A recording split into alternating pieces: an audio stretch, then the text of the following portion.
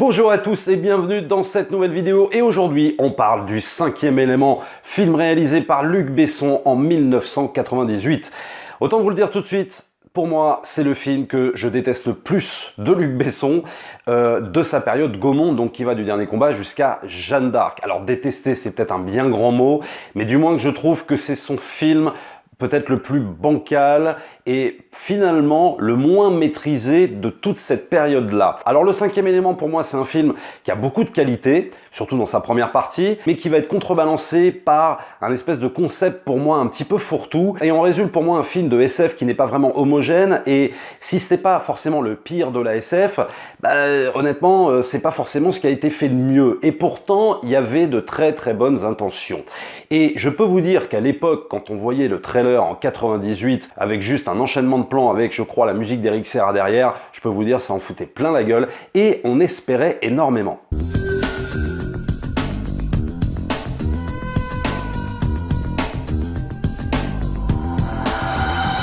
Mais pour moi, le résultat en salle, ça a été un peu une semi-douche froide.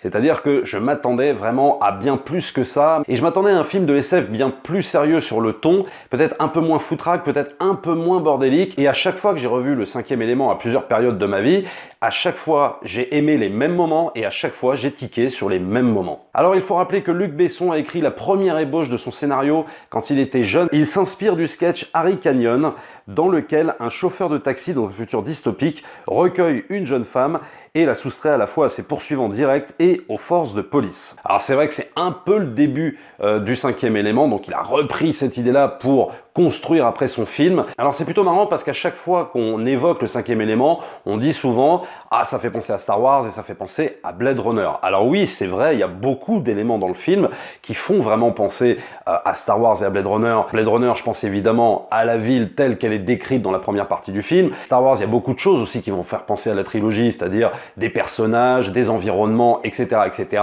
Mais pour autant, moi j'ai toujours trouvé que le Cinquième élément est ce qui fait sa différence et ce pourquoi je ne peux pas détester complètement ce film parce qu'il y a des choses bien, c'est justement le fait qu'il soit au final assez français. Comme je le disais dans la vidéo sur le Grand Bleu, Luc Besson c'est quelqu'un, avant qu'il fonde Europa, pour moi faisait toujours des films, a toujours fait des films très français.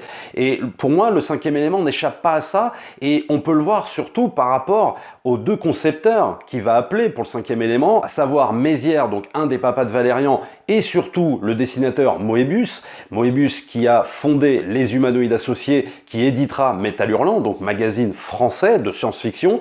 Et on voit bien que dans le Cinquième élément, il y a une volonté de rester finalement français. Alors, si on ne le voit pas tout le temps, effectivement, parce qu'il y a beaucoup d'inspiration du cinéma américain de SF, mais je trouve qu'au final, on a quand même une ambiance très française, malgré aussi le casting de stars entièrement américain. On a quand même une volonté aussi de s'affranchir de la grande tradition de science-fiction américaine, pas forcément pour le meilleur, et on va le voir dans la critique, mais au moins il y a quand même une volonté de faire autrement, autre chose, et ça je trouve que c'est quand même un bon point pour le Cinquième élément.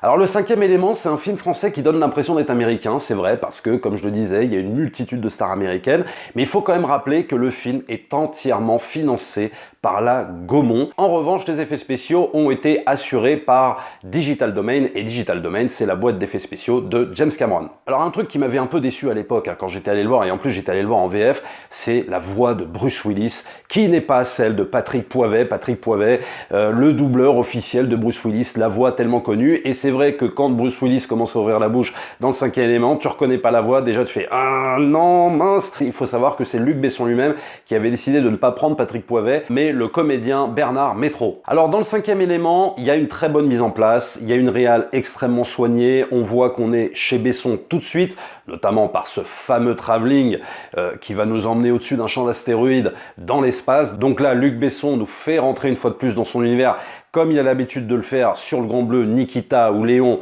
de manière assez admirable. On a des séquences dans l'espace, on va avoir des séquences en Égypte. Bref, là, on est vraiment, pour moi, dans un vrai film de SF, quoi, disons-le, avec de beaux environnements, avec des créatures palpables, un peu à l'ancienne, sans trop de CGI, sans trop d'effets spéciaux.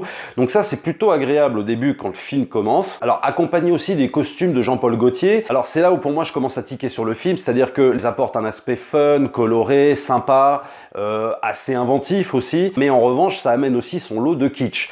Et surtout quand on le voit maintenant. Mais déjà, moi, à l'époque, j'étais un peu choqué, si tu veux. Je me disais, ouais, c'est sympa, mais on est quand même loin de Blade Runner, quoi. C'est un parti pré artistique, pourquoi pas. Je dirais que dans la première partie ça me dérange pas vraiment, mais ça va vraiment plus me piquer les yeux dans la seconde partie. Alors moi je trouve l'introduction de Bruce Willis absolument géniale, et ça c'est toujours un des points forts du film, c'est-à-dire qu'on va te montrer donc New York en 2200 et quelques, et puis on va te présenter les appartements dans lesquels vivent les gens. Bon, c'est assez hard quoi, c'est-à-dire que les gens vivent dans des espaces tout petits, avec les choses qui s'imbriquent les uns au-dessus des autres pour pas que les appartements soient trop grands. Et alors on va aller dans le détail de la vie de ces gens. Par exemple, Bruce Willis, on le voit fumer des cigarettes, mais le filtre est plus long que la cigarette.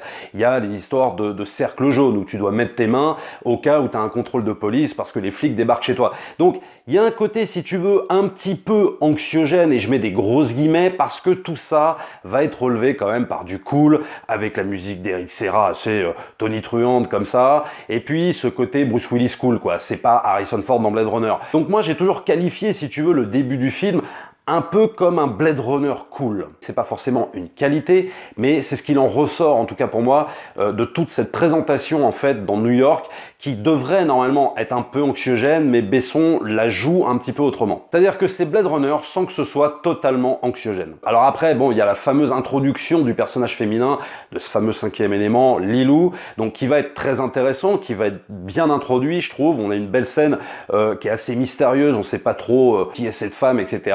Et on va nous l'introduire dans une grosse course-poursuite où elle va atterrir évidemment dans le taxi de Bruce Willis. Alors, moi j'aime bien cette rencontre, j'aime bien leurs scènes, elles sont touchantes, leurs scènes sont attendrissantes, et puis surtout, elle va s'articuler autour de cette question de l'amour. Que ce soit dans le dernier combat, que ce soit dans Subway, le Grand Bleu, que ce soit dans Nikita, que ce soit dans Léon, et là, dans le cinquième élément, il réitère encore cette thématique-là, et même la thématique de l'amour va être la résolution même de l'intrigue. Donc tout ça est important, et je trouve que là, pour le coup, Besson l'introduit bien, et c'est une thématique qui va bien gérer tout au long de son film. On voit des séquences où Bruce Willis la drague un peu, il se fait rejeter, il y pense, il est amoureux, t'as la musique d'Eric Serra qui accompagne tout ça. Donc ça, c'est pour moi une partie très très bien menée. Le seul truc que je pourrais peut-être reprocher lors des premières scènes entre Bruce Willis et Mila Jovovich, c'est que je trouve par exemple Bruce Willis un petit peu indulgent du fait qu'elle vient péter son taxi, c'est-à-dire que tout de suite il s'attache très très vite à elle, alors qu'on aurait pu avoir une opposition du fait que Bruce Willis veuille pas être emmerdé, qu'il a des courses à faire, qu'il a un boulot, etc. Et il a pas envie d'une étrangère qui vient comme ça atterrir dans son taxi et le péter quoi. Bon, ça aurait pu être intéressant à exploiter. Là, Besson ne part pas du tout là-dedans. Il préfère que l'aventure démarre tout de suite, qu'il y ait un attachement rapide de Lilou par le personnage de Bruce Willis, et après ça y est, c'est parti, l'aventure peut commencer. Alors évidemment, toute cette ambiance visuelle, toute cette ambiance sonore est aussi sublimée par la musique d'Eric Serra, il faut bien le dire. C'est une belle partition, je trouve, c'est une belle BO de la part d'Eric Serra qu'on a eu après Nikita, après le Grand Bleu. C'est pas sa meilleure, mais disons que ça reste dans l'ensemble une belle bande originale de film. Le truc là où moi je vais tiquer par rapport à l'emploi de la BO, c'est par exemple sur la fameuse scène de course-poursuite dans New York, quand Bruce Willis se fait poursuivre par les flics. Là, tu as la musique d'Eric Serra avec une espèce de chanson rail de Khaled et tout ça derrière. J'ai rien contre Khaled, mais tu vois, là, par exemple, c'est le premier élément qui m'a fait sortir un peu du film. C'est-à-dire que là, moi, je voyais carrément autre chose comme BO. Alors, je comprends, si tu veux, la volonté de Besson de faire autre chose, de finalement caractériser une course-poursuite un peu à l'américaine, avec une ambiance sonore un peu différente. À l'époque, si le rail, oui, était à la mode, c'est pas pour autant que tu es obligé de le mettre dans un film de SF, tu vois. Il y a pour moi peut-être là une faute de goût, à mon sens, qui fait sortir un peu du film. Voilà, c'est pas grand-chose, mais quand même. Donc si je résume cette première partie, pour moi c'est quand même une bonne première partie, vraiment. On a une bonne introduction dans New York, il y a vraiment une volonté d'aller du côté des grands films de SF que Besson a aimé, mais en même temps de faire son truc à lui, et je trouve que cette première partie, elle est quand même assez réussie. Introduction de personnages, surtout la façon dont Besson va poser les enjeux, et ça pour moi c'est toute une première partie qui est très réussie dans le film.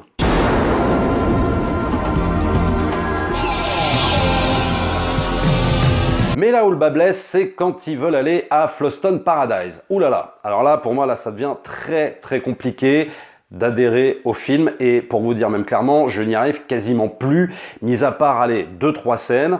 Mais là, très franchement, Fhloston Paradise, pour moi, l'idée est excellente, mais l'exécution, pour moi, n'est absolument pas bonne. Et à 1h11 du film, le drame arrive, le drame ultime, l'arrivée de l'acteur Chris Tucker, Limite même, il est même mieux en VF. Enfin, même en VF, c'est même une catastrophe. Mais à la limite, si t'as pas envie de t'infliger la voix aiguë insupportable de Chris Tucker en VO, bah à la limite, regarde-le en VF. L'espèce de DJ sidekick qui se veut drôle, mais qui est absolument pas marrant. Allez, à part une ou deux blagues salaces, un peu sexuelles, un peu marrantes.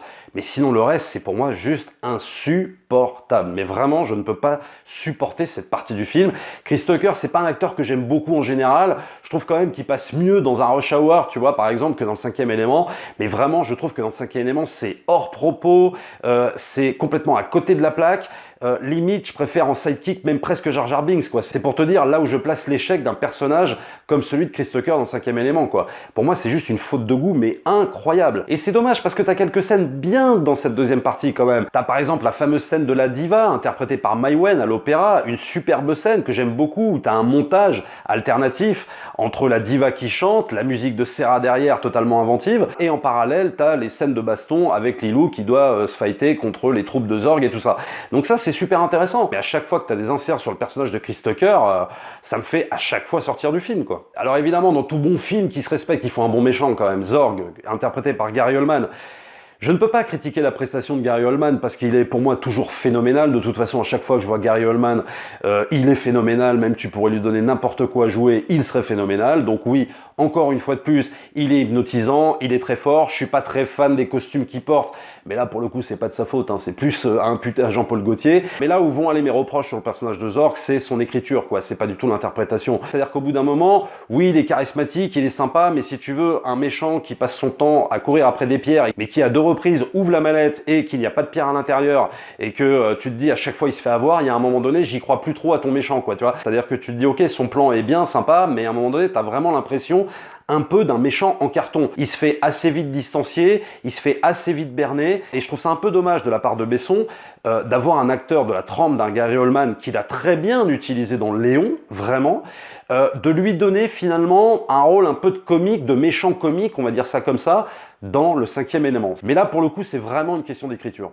Reste quand même dans cette deuxième partie des scènes d'action assez jouissives avec les Mandalores, des scènes d'explosion, de gunfight de partout.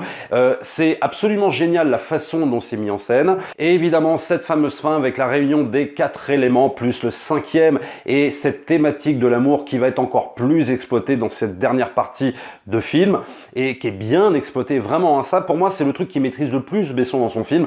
C'est cette thématique-là, c'est ce truc-là. Et tu sens qu'il a envie de raconter ça et il le raconte très bien, et le film va se finir là-dessus. Et c'est plutôt bien parce que Bruce Willis, qui est encore un petit peu dans son rôle de mec un peu badass, rustre, célibataire, etc., bah finalement on en fait une sorte d'élu. On pourrait penser que finalement l'élu c'est peut-être le 5e élément, oui c'est aussi une sorte d'élu, mais l'élu peut-être principal finalement de cette quête c'est ce chauffeur de taxi, et Besson en fait une sorte de héros. Alors c'est pas nouveau si tu veux dans le cinéma de science-fiction, dans le cinéma de genre, mais c'est plutôt bien mené. Alors au niveau des critiques en France, les cahiers du cinéma diront un mélange mi-insipide, mi-agréable, de grandiose et de dérisoire. Bah, c'est un peu ce que je pense aussi. Alors que Libération dit un récit naïf d'un combat mythologico-futuriste, singulièrement dépourvu de mystère et de folie. Alors il faut savoir que le film sera évidemment un carton au box-office, 263 millions de dollars au box-office, et le César du meilleur réalisateur pour Luc Besson. Luc Besson qui a souvent été nominé en tant que meilleur réalisateur, mais qui ne l'avait jamais eu, notamment même pour Nikita, peut-être je crois aussi pour Léon ou le Grand Bleu.